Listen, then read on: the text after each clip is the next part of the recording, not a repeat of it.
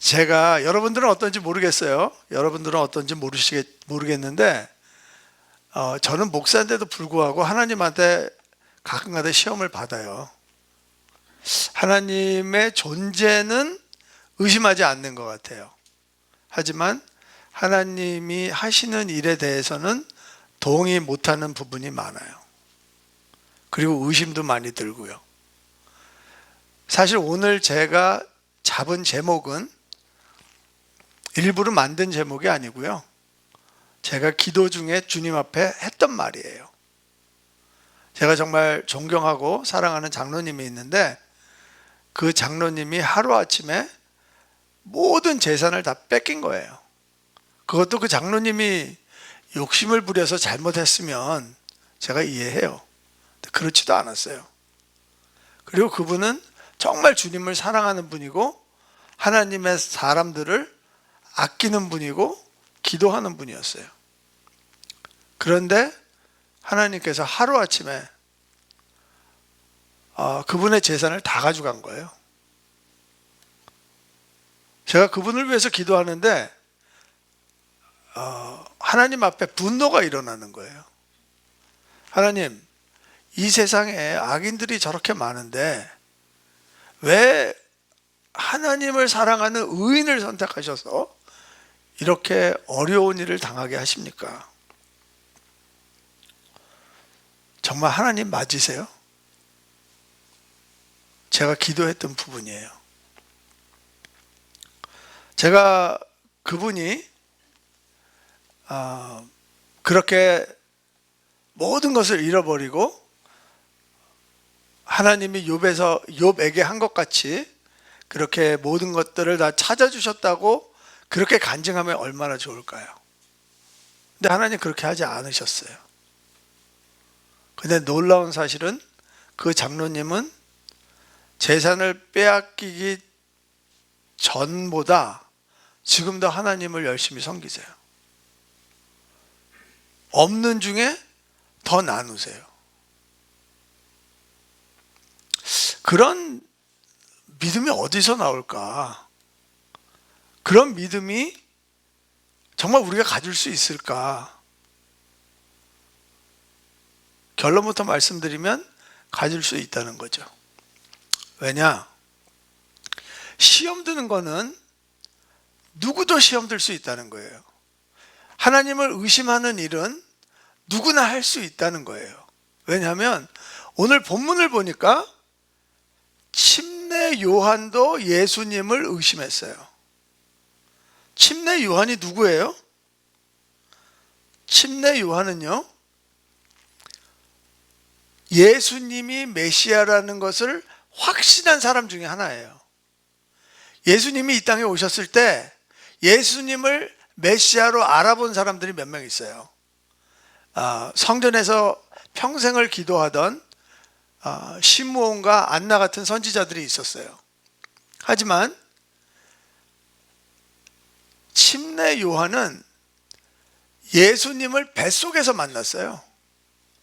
마리아가 임신해갖고 처음 간 곳이 어디냐 하면 침례 요한을 임신하고 있던 친족 엘리사벳한테 갔었어요. 그리고 침례 요한은 예수님을 보고 세상 죄를 지고 가는 하나님의 어린 양이라고 고백한 사람이에요. 그리고 낙타털 옷을 입고 그리고 광야에서 메뚜기와 석청을 먹으면서 회개해라, 천국이 가까웠다, 메시지를 전할 때 사람들이 다 의아하게 생각했어요. 왜냐? 지난 400년 동안 선지자가 없었어요.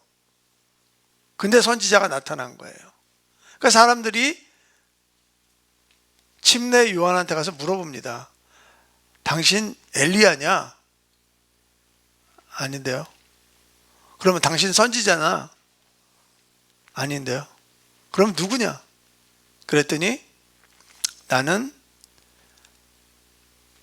메시아를 위해서 그 길을 곱게 하는 광야에서 외치는 자의 소리라고 자기 정체를 분명하게 말한 사람이에요. 그런데 놀랍게도 침례 요한은 예수님을 의심해요. 정말 저분이 메시아가 맞나? 메시아가 저렇게 해도 되나? 이런 생각을 하게 되는 거예요. 그래서 침례 요한이 자기 제자를 보내서 예수님한테 확인하라고 보냅니다. 그 확인을 받으러 간 그 제자들한테 예수님이 하신 말씀이 있어요. 그리고 그 말씀을 통하여서 만약 여러분 마음속에 하나님을 의심하거나 아니면 하나님에 대해서 실망을 했거나 아니면 점점 믿음이 약해지는 분들이 있다면 오늘 이 예배를 통하여서 하나님 앞에 다시 회복하고 돌아가시는 여러분이 되시길 그리스도의 이름으로 축원합니다. 그러면 우리가 어떻게 하면 하나님한테 의심이 들 때 우리가 그걸 극복할 수 있냐는 거죠. 예수님은 이렇게 말씀하십니다. 예수님은 하나님을 말씀으로 만나기를 원하신다는 거예요. 우리의 생각으로 그리고 다른 사람의 이야기로 하나님을 만들지 말라는 거예요. 말씀에 있는 그 하나님을 만나라는 거예요. 그게 왜 중요하냐면 하나님은 인간을 만드실 때 하나님의 형상을 따라 그의 모양대로 인간을 창조하셨어요. 그런데 우리가 말씀을 안 보고 남이 해주는 얘기만 들으면 내 형상을 따라 하나님을 만들어 가게 돼요. 그러면 내가 만든 하나님은 나한테 우상일 수밖에 없고요. 그리고 우상은 반드시 우리를 실망시킬 수밖에 없다는 거죠. 2절에 보니까 이런 말씀이 있어요. 요한이 옥에서 그리스도께서 하신 일들을 듣고 제자들을 보내요. 지금 침례 요한이 헤롯 안디바한테 직언을 해요. 왕이시여, 그렇게 하면 안 됩니다. 어떻게 당신 동생 아내를 당신 아내로 그렇게 빼앗을 수가 있습니까? 이렇게 직언을 했어요. 근데 그때 당시에 대제사장도 사두개인이나 바리새인도 아니면 서기관도 헤롯 땅 사람들도 어느 누구도 왕한테 그런 직언을 하지 못했어요. 근데 침례 요한은 했어요. 결과가 뭐예요? 감옥에 들어갔어요. 그때 당시에는 감옥에 들어간다는 것은 그냥 갇혀 있다는 게 아니라 왕이 명령만 내리면 그냥 사형당하는 거였어요. 침례 요한은 그런 상황에서 제자들이 이야기하는 것을 듣고 있었어요. 왜냐하면 자기는 밖에서 예수님이 무엇을 하는지 몰랐거든요. 근데 놀랍게도 침례 요한의 제자들은 예수님에 대해서 보는 눈이 그렇게 곱지 않았어요. 왠지 알려드릴게요. 마태복음 4장에 보면 이런 말씀이 있어요. 12절과 13절 말씀이에요.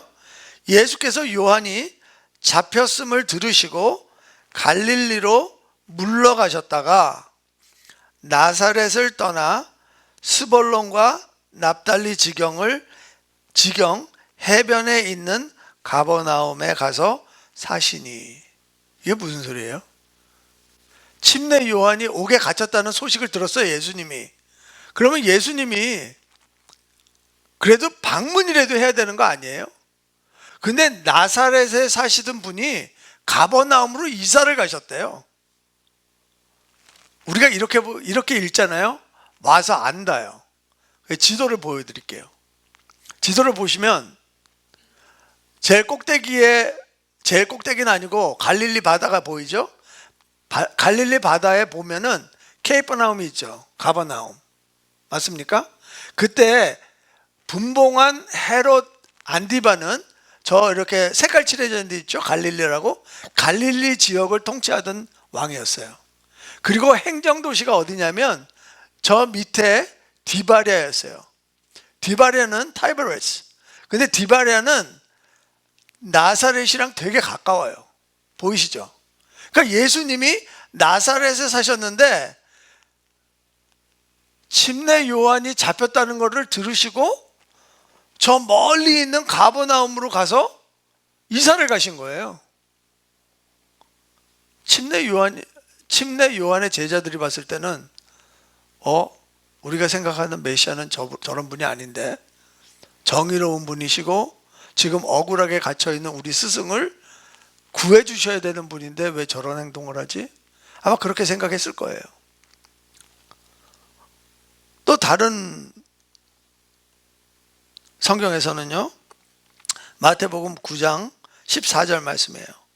그때 요한의 제자들이 예수께 나와 이르되 우리와 바리새인들은 금식하는데 어찌하여 당신의 제자들은 금식하지 아니하나이까? 이건 말이 안 되는 거죠.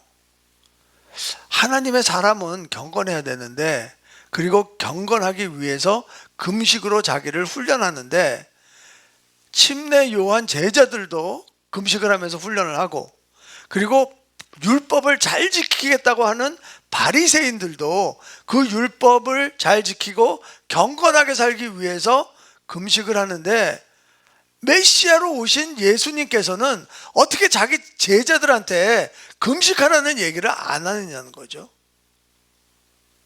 이 말씀을 보면은요, 어느 정도 그 요한의 제자들이 약간 화가 나 있어요. 야, 우리도 이렇게 하는데 어떻게 저분이 저런 걸 안 하지? 이런 느낌을 받는다는 거죠. 그래서 이 요한의 제자들이 옥에 갇힌 침례 요한한테 아마 이런 얘기를 했던 것 같아요. 요한이 옥속에서 듣는 거죠. 그래? 나는 이분이 정말 메시아인 줄 알았는데 아닌가? 이런 의심이 들기 시작한 거예요. 그래서 제자한테 이야기를 합니다. 그러면 너희들이 예수님한테 가서 한번 물어봐라. 당신이 그분이십니까? 당신이 오실 그분입니까? 메시아입니까? 만약에 당신이 메시아가 아니면 우리가 다른 사람을 더 기다려야 됩니까? 한번 물어보라고 하신 거죠. 근데 예수님이 그 제자들한테 맞아, 나 메시아야, 이렇게 얘기해도 되잖아요. 그러면 더 쉽잖아요. 빨리 해결되잖아요. 근데 예수님 그렇게 안 하세요. 5절 볼까요? 5절에 보면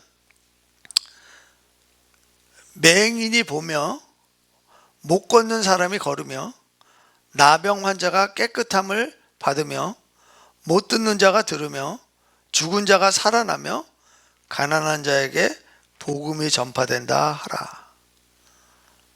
지금 너희가 보고 있는 나의 행동과 그리고 이 이사야서에서 나에 대해서 예언한 이 말씀을 침례 요한한테 전하라고 이야기를 하세요. 침례 요한은요, 어떤 생각을 하고 있었냐면, 드디어 우리가 400년 동안 기다리던, 지난 400년 동안 기다리던 예수 그리스도께서 오셨어. 그러면 이분이 군대를 조직하고 이제 왕으로서 로마 제국을 물리치고 그 이스라엘에서 영광을 누렸던 다윗 왕처럼 이 나라를 다시 세우고, 그러면 당연히 헤롯 안디바는 왕자리에서 쫓겨나고 자기는 감옥에서 풀리고 이 모든 일들이 해결될 줄 알았어요. 근데 예수님이 그렇게 안 하시는 거예요. 그러시면서 예수님은 무슨 얘기를 하시냐면, 내가 나라를 세우는데 물론 다윗의 왕같이 그렇게 영원한 나라를 세울 거야. 하지만 너희가 생각하는 그런 나라가 아니고 하나님의 나라라는 것을 이야기하고 계시는 거예요. 그리고 그 하나님의 나라에 사는 사람이 누구냐? 바로 가난한 사람이에요. 히브리 사람들은 가난이라는 의미를 돈이 없어서 가난하다고 생각하지 않았어요. 정상적인 삶에서 무언가 부족함을 느끼는 사람이 가난한 사람이라고 생각을 했어요. 자, 맹인이에요. 그럼 뭐예요? 눈이 안 보이잖아요. 그러면 그 사람은 가난한 사람이에요. 귀가 안 들려요. 정상적이지 않죠. 그러면 그 사람은 가난한 사람이에요. 내가 땅이 없어요. 그러면 원래 하나님이 이스라엘 백성들한테 땅을 주셨을 때는 그 땅을 경작해서 살으라 그랬는데 어떤 이유가 있어서 그 땅을 빼앗겼을 때는 그 사람은 가난한 자예요. 특히 이스라엘에서는 고아와 과부를 가난한 사람이라 그래요. 왜? 돈이 없어서가 아니라 고아는 아이를 보호해줄 부모가 없기 때문에 가난한 거고요. 과부는 남편이 없기 때문에 가난한 사람이에요. 그래서 예수님이 이렇게 말씀하시죠. 부자가 천국에 들어가는 것보다 낙타가 바늘귀에 들어가는 게 더 쉽다고 얘기하셨어요. 근데 그거를 지금 가난한 사람이 누군가라는 그 개념을 가지고 부자한테 어플라이 한다면 그게 쉽게 이해가 되는 거예요. 가난한 사람이 정상적인 삶에서 뭔가 결핍이 되어 있는 것을 아는 사람이라면 부자는 그 정상적인 삶에서 나는 완벽하다고 생각하는 사람이에요. 그 사람한테는 하나님이 들어가실 수가 없어요. 그래서 그런 사람은 하나님의 나라에 들어가기가 너무나 어려운 거예요. 이해가 되시죠? 예수님이 지금 말씀하고 계시는 것은요, 맹인들, 다리를 저는 사람들, 듣지 못하는 사람들, 이런 모든 사람들은 구약 시대에는 하나님 앞에 설 수도 없는 사람이었어. 왜? 몸이 가난했기 때문에. 그렇지만 내가 이 사람들을 고치기 때문에, 내가 이 사람들을 은혜를 주기 때문에 모든 사람들이 이제는 하나님 나라에 들어갈 수 있는 자격이 생겼어. 이 얘기를 하고 계시는 거예요. 우리가 하나님이 하시는 일을 잘 모르잖아요. 그리고 하나님이 누군지 잘 모르잖아요. 자꾸만 오해하게 생겼어요. 오해가 자꾸만 일어날 수밖에 없어요. 제가 현대 크리스찬으로서 살아가면서 안타까운 게 하나 있어요. 현대 크리스찬들은요, 하나님 존재하는 거 믿어요. 예수님 십자가에서 못 박혀 죽으시고 3일 만에 부활하신 거 믿어요.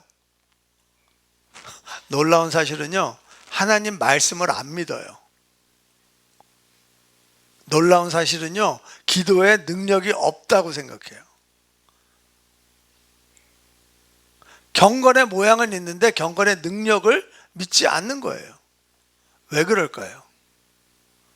성경을 읽으니까 첫 번째 무슨 말인지도 잘 모르겠어요. 그리고 우리가 현대사회에 살아가는데 성경이랑 지금 현실이랑 차이가 너무 많이 나는 거예요. 어떻게 사람들이 1000년씩 살아요? 말이 안 되잖아요. 이해가 안 되니까 성경을 안 읽는 거예요. 기도를 해요. 근데 내가 생각하는 하나님한테 기도를 하니까 하나님이 나의 기도를 어떻게 들어주시고 어떻게 응답하시는 것을 모르니까 기도하다가 몇 번 하다가 하나님이 안 들으시네? 그리고 기도 안 해요. 그래서 현대교회는 힘이 없어요. 그래서 현대교회는 세상에서 욕을 먹어요. 물론 우리 교회는 안 그러지만. 여러분 조지 뮬러 아시죠? 조지 뮬러는요 5만 번이나 기도의 응답을 받았대요. 여러분들은 5만 번 이상 받았기 때문에 놀라지 않는 거 내가 이해해요. 그렇지만 조지 뮬러는요 어떻게 5만 번의 기도 응답을 받았냐는 거죠. 조지 뮬러는 기도를 먼저 하지 않았다고 해요. 만약에 자기의 필요가 있거나 아니면 기도 제목이 있으면 성경을 들고 골방에 들어갔다고 해요. 그리고 성경을 읽으면서 하나님이 주시는 말씀, 자기가 처해진 그 상황을 묘사하는 말씀이 나올 때까지 읽었다고 해요. 어떤 날은 하루가 걸릴 때도 있어요. 어떤 날은 3일이 걸릴 때가 있어요.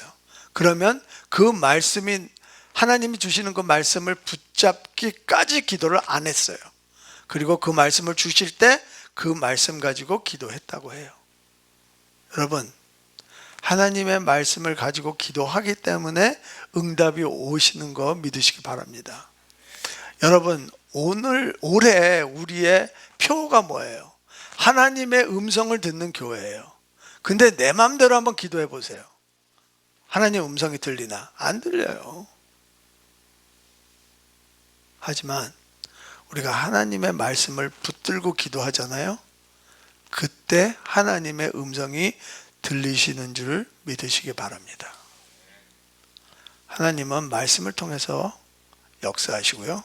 하나님은 말씀을 통해서 말씀하세요. 예수님이 이런 말씀하셨죠. 나는 포도나무요 너희는 가지니. 그러면 예수님은 말씀이에요. 우리가 가지예요. 그러면 성경 말씀과 우리의 삶과 하나가 돼야지 열매가 맺힌다는 거예요. 이해가 되시죠? 그리고 그 말씀 안에서 하나님을 찾지 않으면 우리는 의심하고 낙심하고 실망할 수밖에 없는 거예요. 어떤 분들은 이렇게 이야기하죠. 목사님, 하나님이 우주 만물보다 크시고 그렇게 원대한 분들을 우리가 어떻게 알 수가 있어요? 맞지만 틀려요. 하나님이 원대하시고 크시고 우주 만물을 만드신 분 맞아요. 그렇지만 그분이 그렇게 크기 때문에 우리가 그분을 알지 못하지 않아요. 왜? 성경은 하나님이 우리가 필요한 만큼의 하나님을 성경책에 담아 두셨기 때문에 그분을 알면 우리는 구원을 얻을 수가 있고 하나님 말씀대로 살아갈 수가 있다는 거예요. 그리고 하나님에 대해서 다른 생각을 안 할 수 있다는 거예요. 하나님은요, 우리에게 충분한 하나님에 대한 정보를 주셨어요. 믿으시기 바라요. 그리고 받아들이시기 바라요. 사실 이게 믿는다는 게 그게 맞는 말이 아니에요. 믿어져야 돼요. 하나님의 은혜로 여러분들이 하나님의 말씀이 믿어지길 그리스도의 이름으로 축원합니다. 두 번째는 이거는 놀라운 사실이에요. 이건 어디 가서 들을 수 없는 사실인데 제가 비밀을 말씀드리겠습니다. 예수님은 우리가 낙심하고 실망하고 그리고 하나님을 떠나더라도 이거는 말을 좀 조심해서 해야 돼요. 우리가 믿음이 있는데 하나님한테 실망해서 잠시 떠나가는 걸 이야기해요. 그렇다 하더라도 하나님은 우리를 철저하게 절대로 꼭 신뢰하신다는 거예요. 하나님은 너 나한테 실망했구나. 너 또 나 의심하는구나. 그래, 그럴 수 있지. 그래도 나 너 믿는다. 그래도 너 나한테 올 거 믿어. 네가 기도할 때 내가 응답 빨리빨리 안 해주니까 또 삐졌구나. 네가 하나님이 내가 시키는 대로 했는데도 열매가 없다고 생각하는구나. 미안해. 근데 난 그래도 너 사랑해. 이사야서에 무슨 말씀이 있어요? 내가 내 눈에 보배롭고 존귀하며 내가 너를 사랑하였은즉 내가 내 대신 사람들을 내어주고 백성들이 내 생명을 대신하리니. 무슨 소리예요? 내가 너희들을 얼마나 사랑하는데 내 눈에 너희들은 보배롭고 존귀해. 내가 무슨 대가를 치러서라도 내가 너희들 놓치지 않을 거야. 그래서 내 아들을 십자가에 못 박혀 죽은 거야. 왜? 우리를 사랑하시니까요. 하나님이 우리가 조금 실망했다고, 우리가 낙심했다고 하나님이 우리를 버리실까요? 아니요. 그래도 하나님은 우리를 붙잡고 계시다는 거예요. 예수님이 이렇게 말씀하세요. 누구든지 나로 말미암아 실족하지 아니하는 자는 복이 있도다 하시니라. 그러면서 13절에 10절에 이런 말씀하세요. 6절에 이런 말씀하세요. 죄송해요. 오늘 제가 눈이 잘 안 보여갖고 막 이랬다 저랬다 하네요. 10절에 이런 말씀하세요. 기록된 바 보라, 내가 내 사자를 내 앞에 보내노니 그가 내 길을 내 앞에 준비하리라 하신 것이 이 사람에 대한 말씀이니라. 예수님이 뭐라 그러시냐면요, 지금 옥에 갇힌 요한이 나를 의심하고 있어. 그런데 요한은 하나님이 주신 소명이 있어. 그 소명이 뭐냐면 내 길을 준비하는 건데 이 사람은 분명히 이거를 할 거라는 거예요. 예수님은요, 예수님을 지금 의심하는 사람한테 나는 이 사람 신뢰해, 나는 이 사람 믿어, 하나님이 시킨 일 분명히 하고 갈 거야, 이야기하고 계시다는 거죠. 여러분, 놀라운 사실이 뭔지 아세요? 모세가 자기가 히브리 사람이라는 걸 어떻게 알았을까요? 지금 바로의 딸의 왕자로 크고 있는 사람이 어떻게 자기가 히브리 사람이라는 걸 알았을까요? 자기 몸에 흔적이 있었어요. 왜? 모세는 8일 됐을 때 할례를 받았어요. 근데 할례 받은 걸 보니까 이집트 사람이랑 다른 거예요. 애굽 사람이랑 다른 거예요.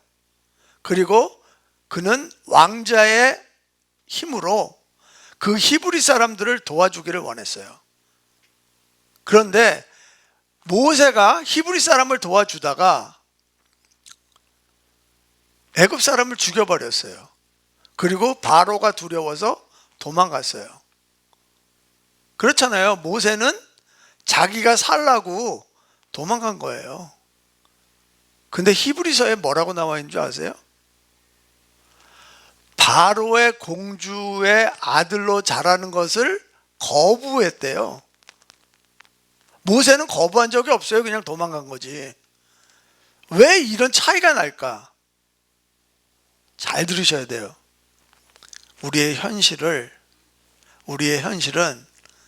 하나님의 보시기에 따라 달리 해석될 수 있다는 거예요. 예를 들어서 우리가 그렇다 하더라도 하나님은 믿음의 눈으로 그 사람을 봤을 때, 의인으로 그 사람을 봤을 때 그렇지 않다고 얘기하는 거예요. 우리도 마찬가지예요. 여러분, 우리한테 주신 소명이 있어요. 근데 그 소명 지금 모를 수 있다는 거예요. 요셉이 애굽의 총리가 됐을 때 어떻게 생각했을까요? 하나님이 나한테 꿈을 주셨는데 내 가족들이 나한테 절하고 이러는 게 아마 내가 총리가 돼서 사람들이 나한테 절하는 그런 꿈을 주셨나 보다, 그렇게 생각하고 살았거든요. 그런데 자기 형들을 보고 느낀 거예요. 내가 총리가 된 것은 하나님의 백성들을 살려내기 위해서 나를 먼저 애굽에 보내셨구나 깨달은 거예요. 그리고 그 일을 한 거예요. 노예가 왕비 미인 대회에 나가서 1등 한 거예요. 그 왕비가 됐어요. 자기 신분이 노예에서 왕비가 된 거예요. 많은 사람들이 부러워했겠죠. 그리고 에스더 자신도 이게 무슨 일이지? 아마 그렇게 생각했을 거예요. 근데 유대인들이 다 죽게 생겼어요. 그때 에스더가 깨달아요. 하나님이 나를 왕비로 만드신 이유가 하나님의 백성들을 다 살리기 위해서 나를 이 자리에 두셨구나. 그래, 내가 죽으면 죽을 거야. 그리고 내가 이 일을 하나님을 위해서 할 거야. 여러분, 바울은요, 다소에서 태어났어요. 거기에서 금수저를 물고 태어났어요. 그리고 정말 좋은 랍비가 되기 위해서 바리새인이 되기 위해서 예루살렘으로 유학을 가요. 거기에서 정말 하나님의 율법을 철저하게 배우는 거예요. 아마 바울은 이렇게 생각했을 거예요.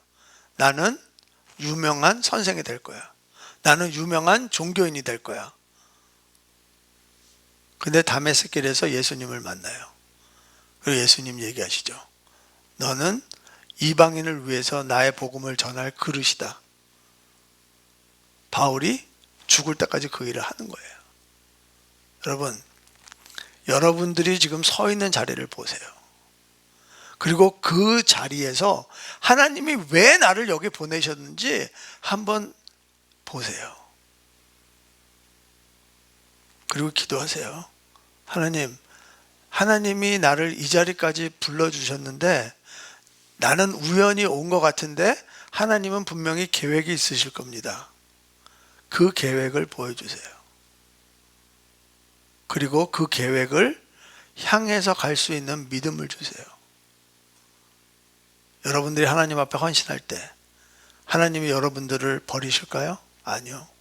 분명히 사용하실 줄 믿습니다.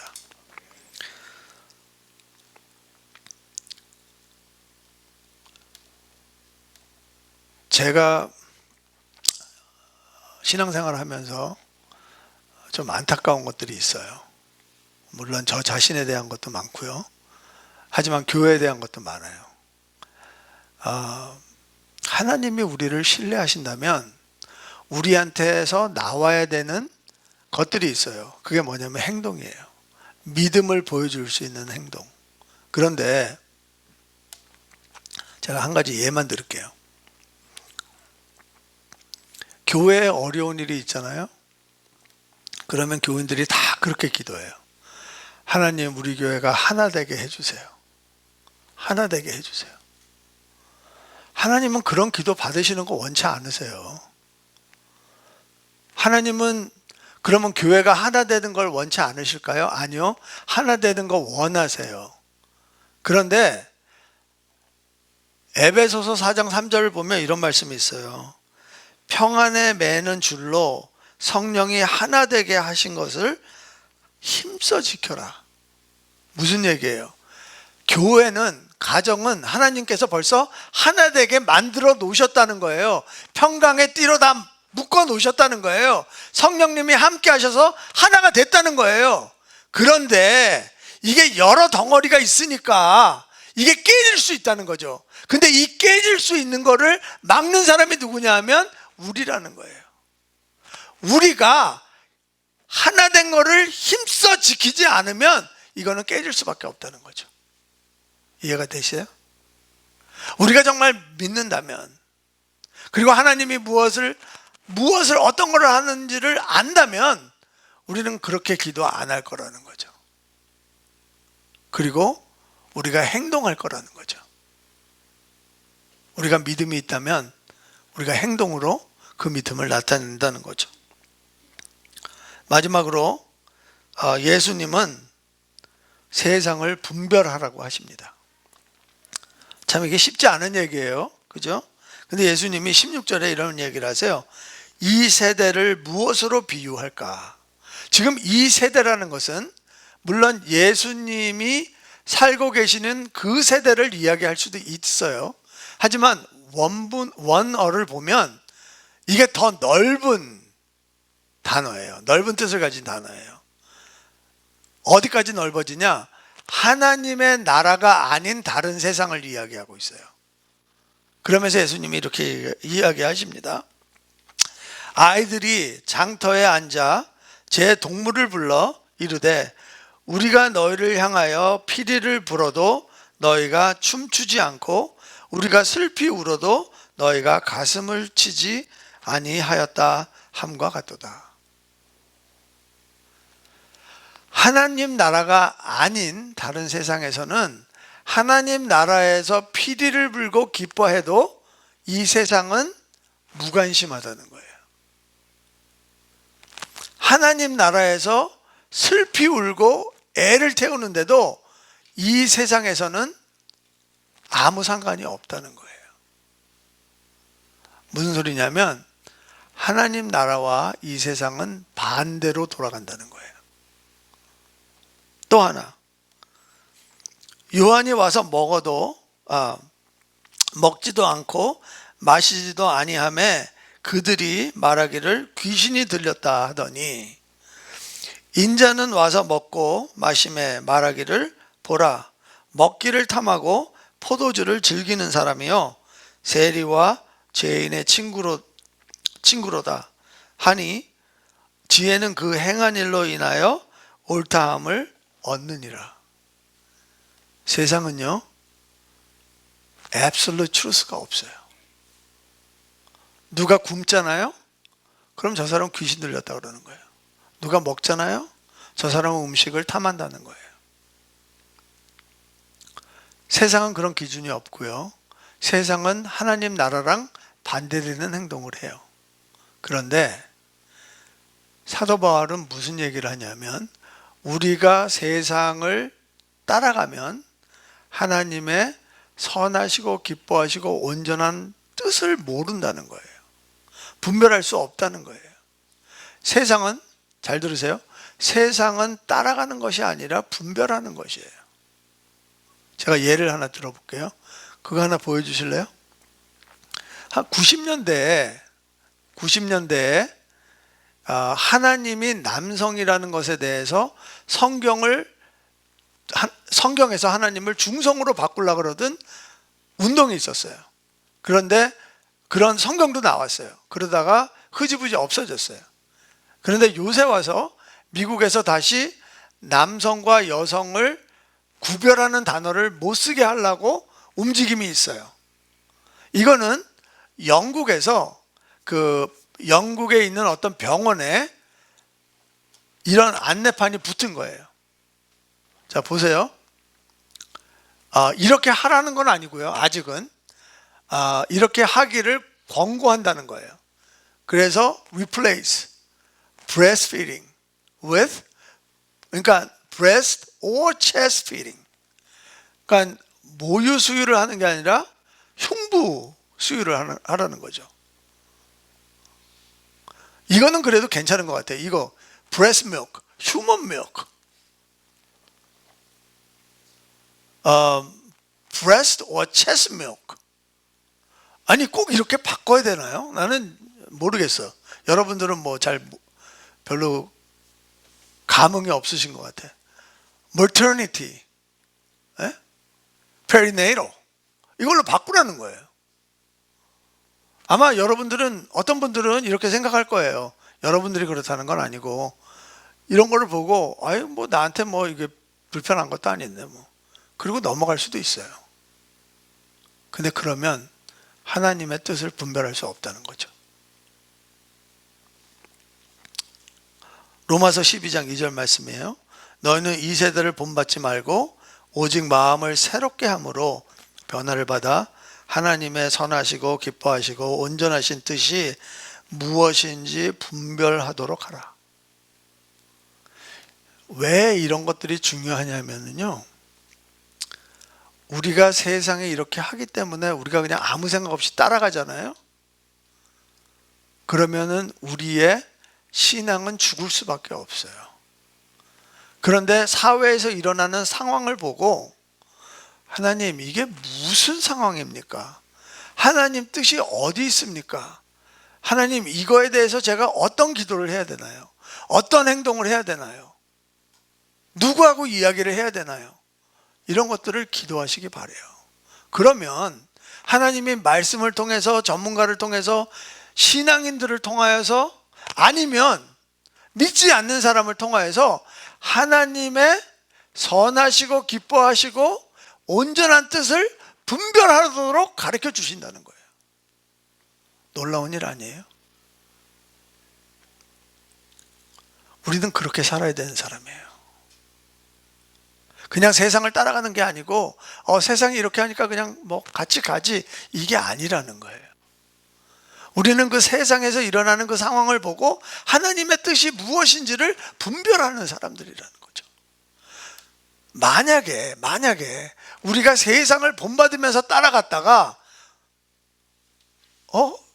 이 일이 내가 생각했던 것보다 더 어렵게 돼가는 거예요. 그때는 사람들이 어떻게 얘기해요? 하나님 어떻게 이루실 수가 있어요? 의심하기 시작하는 거죠. 하지만 우리가 하나님의 뜻을 분별해서 간다면 절대로 하나님 의심하는 일이 없으리라 생각합니다. 말씀을 맺을게요. 침례 요한은요, 나중에 죽습니다. 마태복음 14장에 가면 킹 헤롯의 생일 파티를 열었는데 거기에서 의붓 딸 살로메가 거기서 이제 의붓 아빠 생일 축하 공연을 춤으로 보여줘요. 그러니까 춤을 본 헤롯이 너무 기쁜 거예요. 그래서 의붓 딸한테 내가 너한테 무슨 선물을 줄까 그랬더니 얘가 뭐 조그만 애겠죠. 한 열 몇 살. 그 아이가 자기 엄마한테 가요. 헤로디아한테 가서 엄마 내가 무슨 선물을 달라 그럴까 물어봐요. 그랬더니 그 헤로디아가 감옥에 갇혀있는 침례 요한의 목을 그 쟁반에 담아서 갖다 달라고 그래라. 되게 악한 여자 같아요. 그러니까 살로메가 그거를 요구를 해서 침례 요한이 그렇게 죽어요. 별로 놀라시도 않는데 침례 요한이 예수님이 여자에게 태어난 자 중에서 가장 크다고 했던 그 침례 요한이 계집 아이의 춤값으로 죽었다는 거예요. 그게 말이 되나요? 더 놀라운 사실은요, 침례 요한은 30년 동안 예수님이 공생애를 시작할 때까지 기다렸어요. 그리고 예수님한테 침례 주고 6개월 만에 죽었어요. 30년 준비하고 6개월 사역하다가 죽었다는 얘기예요. 하나님은 정말 이해하기 어려운 일들을 하실 때가 있다는 거예요. 그런데 예수님이 침례 요한에 대해서 이렇게 이야기하세요. 침례 요한의 때부터 지금까지 천국은 침노를 당하나니 침노하는 자는 빼앗느니라. 아직 천국에 들어가는 게 쉽지가 않은 거예요. 그래서 그 천국이 지금 예수님이 신약 시대를 열어야 되는데 아직 구약에 닫히지 않은 거예요. 그래서 그 천국이 들어가기가 어려운 거예요. 그런데 그 어렵게 들어가야 되는 그 천국을 하나님께서는 침례 요한을 사용하셔갖고 그 모습을 보여주고 있다는 거죠. 침노한다는 뜻이 무슨 뜻이냐면요, 그 양사진 좀 보여주실래요? 네.